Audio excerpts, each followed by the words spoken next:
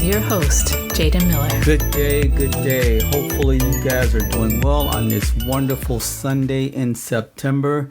My name is Jaden Miller, and this is Think About It with Jaden Miller.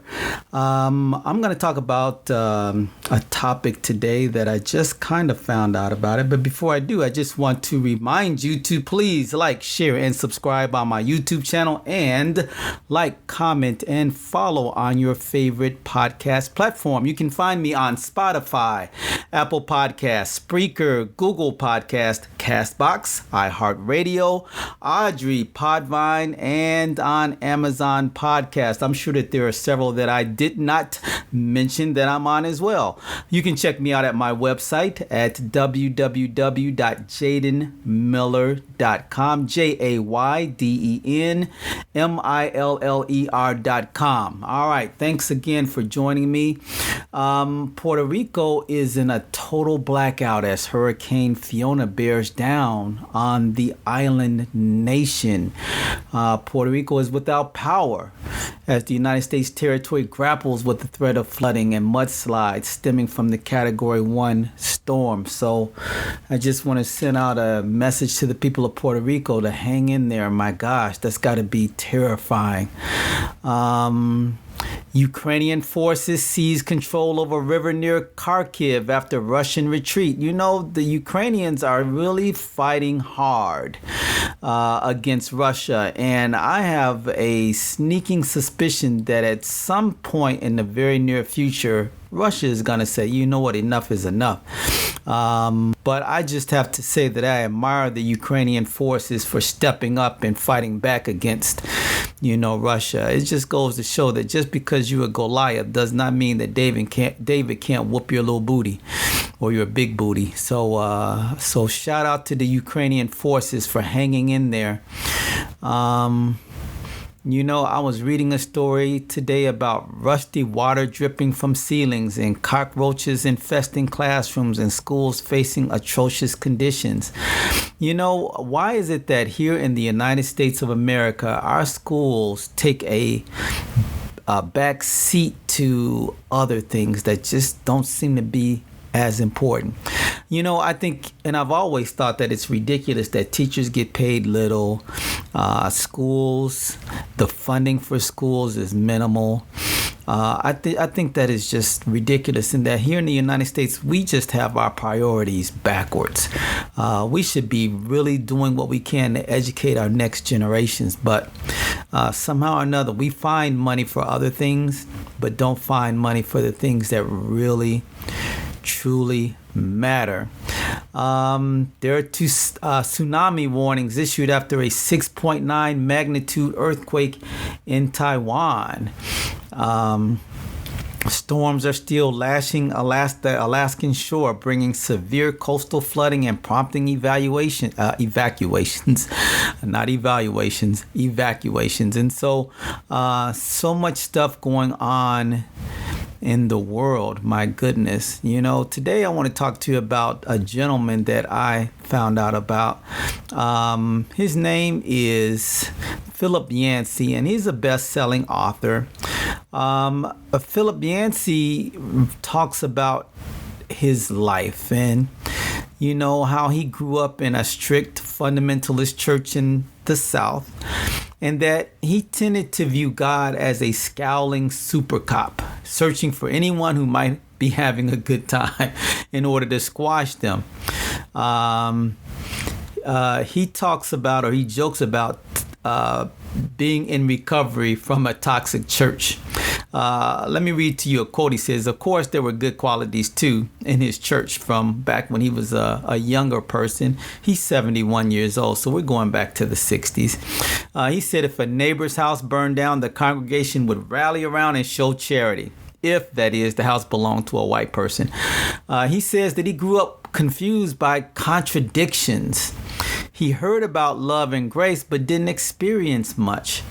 And he says that he was taught that God answers prayers miraculously, but his father died of polio just after his first birthday, despite many prayers for his healing. For Yancey, reading offered a window to a different world for him. So he devoured books that opened his mind, challenged his upbringing, and went against what he had been taught as a young kid. A sense of betrayal engulfed him. Yancey says that he felt he had been lied to.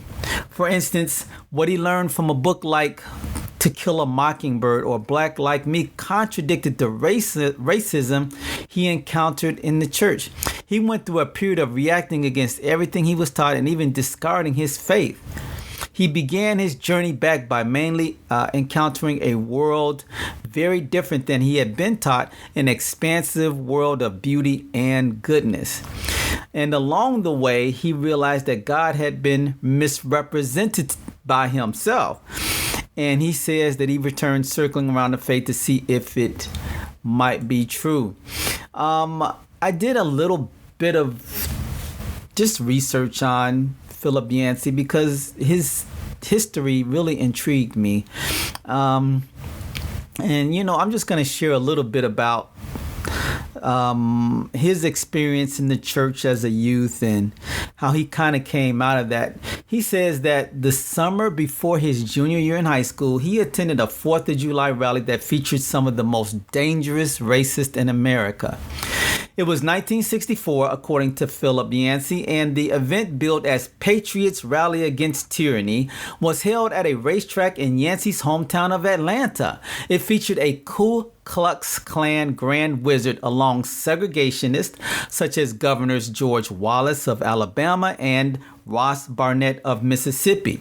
So as Philip Yancey sat in the bleachers with about 11,000 cheering white Southerners waving miniature Confederate flags, he heard speakers denounce the same enemies he learned about in his fundamentalist church, where the pastor lampooned Martin Lucifer Coon and preached that coloreds were inferior because of the curse of Ham. But something took place at the rally that made Yancey question what he had been taught. He noticed a group of black men sitting in the stands. Just before Governor Wallace spoke, 3 of them began to boo. That was the cue for a group of Klansmen to rise up from their seats and attack the men. Other whites joined them, punching the black men in their faces and hitting them with folded chairs as the men frantically tried to escape. The crowd began chanting, "Hit 'em, kill 'em." Yancey says, I reacted first as part of the cheering mob. Who were these black guys trying to crash our party? Yet, when the white men started beating them with fists and even chairs, according to Yancey, he felt sick at his stomach. He says that he left the rally with a bitter taste in his mouth, the taste of shame. For years, he did not talk about that experience. According to Yancey, there's been a lot of debate in recent years about the rise of white Christian nationalism and white evangelicals' steadfast support for former President Trump. But few people are better equipped than Yancey to explain how racism infiltrates white churches and how one can escape it. Yancey went from being a self-described born and bred racist to becoming one of the most popular authors and speakers in contemporary America. His books have sold an estimated 17 million copies and been translated into 50 languages. Several, such as What's So Amazing About Grace and Where Is God When It Hurts, have become contemporary Christian classics. The anecdote about the white supremacist rally marks one of Yancey's most candid admissions of his youthful embrace of racism. It comes from his recently released memoir, Where the Light Fell. In this book, Yancey recounts how racism corrupted his faith and eventually led him to feel betrayed by the church. He rejected the racism of his youth, though, after encountering a series of remarkable people during his years as a journalist and an author. He wanted to tell a story about what it takes to change the calloused conscience of someone who was raised to view blacks and other people as inferior. Yancey says that I have a shelf full of best-selling books chronicling the black experience and exhorting us to become anti-racist. I look in vain, however, for one that explores the mind of a bigot and what it might take to change that mind. I found that Yancey was very, very deep in his philosophy, and certainly, sharing with us his experiences. He as I read about him and learn a whole lot about him, I'm just amazed at what he went through as a child, and during the tumultuous civil rights movement back in the 1960s, how at that time he was able to make this transition from being a born and bred racist, based simply on one incident he saw as a youth, that would get him to change. It begs to question, for example, if I could ask him a question, why do you think you were able to change when so many other people who were born and bred to be racist never evolved? And as I read about him, in answering that question, he mentions that he was a reader. And he says that when he read this book called Black Like Me, and for those of you that aren't aware of the book, it was a 1961 nonfiction book about a white man who darkened his skin and traveled through the segregated South. But when he read Black Like Me, that was a turning point because it just didn't make sense to Yancey. Here's the exact same person who artificially changed the color of his skin, and at one point he's treated like a gentleman and has access to anywhere he wants to go. And then suddenly, because he changes the color of his skin, he's treated like a dirty animal and people spit on him. He has to step off the sidewalk. He can't use the restroom, can't get a drink of water. He's the exact same person. It was a moral splinter that Yancey says would stick inside his head and bother him. Isn't that something? When Yancey is further questioned about his youth, he recalls that black people gave him someone to look down on. And when he says that, he's also talking about the people from his church. He says, what the problem is today, and he just is real specific, and he says the core is just racism. He goes on to say that he's been to 87 countries, and he found that kind of instinct, one where you look down upon someone else, in many different countries. He says that when he first went to Norway, they started telling jokes about the Swedes. They were the same jokes that he says we told, meaning white people, about blacks growing up. He says that he went to New Zealand and they're telling the same jokes about the indigenous Maori people. Or he says then you go to Africa, like in Rwanda, where they have exactly the same color of skin, and one group starts killing the other group because they're a little different. And there's something about that fear of the other that he says we have got to overcome. Yancey says that as a Christian, the fear just stands out to him. He says Jesus talked about the Good Samaritan, not the good Jew. He says the very first missionary in the book of Acts was a castrated black man, the Ethiopian eunuch. He says that the apostle Paul was raised to be a Jew of all Jews, but he eventually said that in Christ there is no Jew or Gentile. There's something bigger than race, according to Yancey. And so I had a really good opportunity to check him out and read about him, and I would encourage you all to do so as well. He goes on and kind of relates to what's happening in white evangelical churches today. He says that, he wonders why there's this subculture of the thoughtful mainstream evangelical. And he goes on to talk about that he loves being in a room with those people, and he wishes that's what people thought of when they thought of evangelicals, meaning people that, go out and speak, about God and that kind of thing. He says that those good people, those good evangelicals, that he doesn't think that they've disappeared, but what's happened is the spotlight has turned away from those people, and has become a political filter. He says people only want to judge evangelicals by politics. Growing up, we weren't political, according to Yancey. He says fundamentalists would never aspire to political office. And now the word evangelical almost implies right-wing politics to most people. And he thinks that that's very dangerous. He goes on to talk about nowadays, if you ask people who check evangelical in a box, in a poll, a lot of them can't even name 2 of the 4 gospels. He says it's become a label that to them means I don't like abortion. I don't like the way the country is going to transgender or gay people, so I must be an evangelical. It used to be a theological category, according to Yancey. He says that it's not now. It's become a slogan for I don't like some things going on in my country and I'm kind of angry about them. That's a quote from Yancey. And he says that Trump brilliantly tapped in, we're talking about President Trump, that President Trump brilliantly tapped into that anger. But Yancey says that he thinks it's more subtle than just assuming that all evangelicals or the vast majority voted for Trump. He says the serious evangelicals of the type that he was trained in and worked around did not vote for Trump.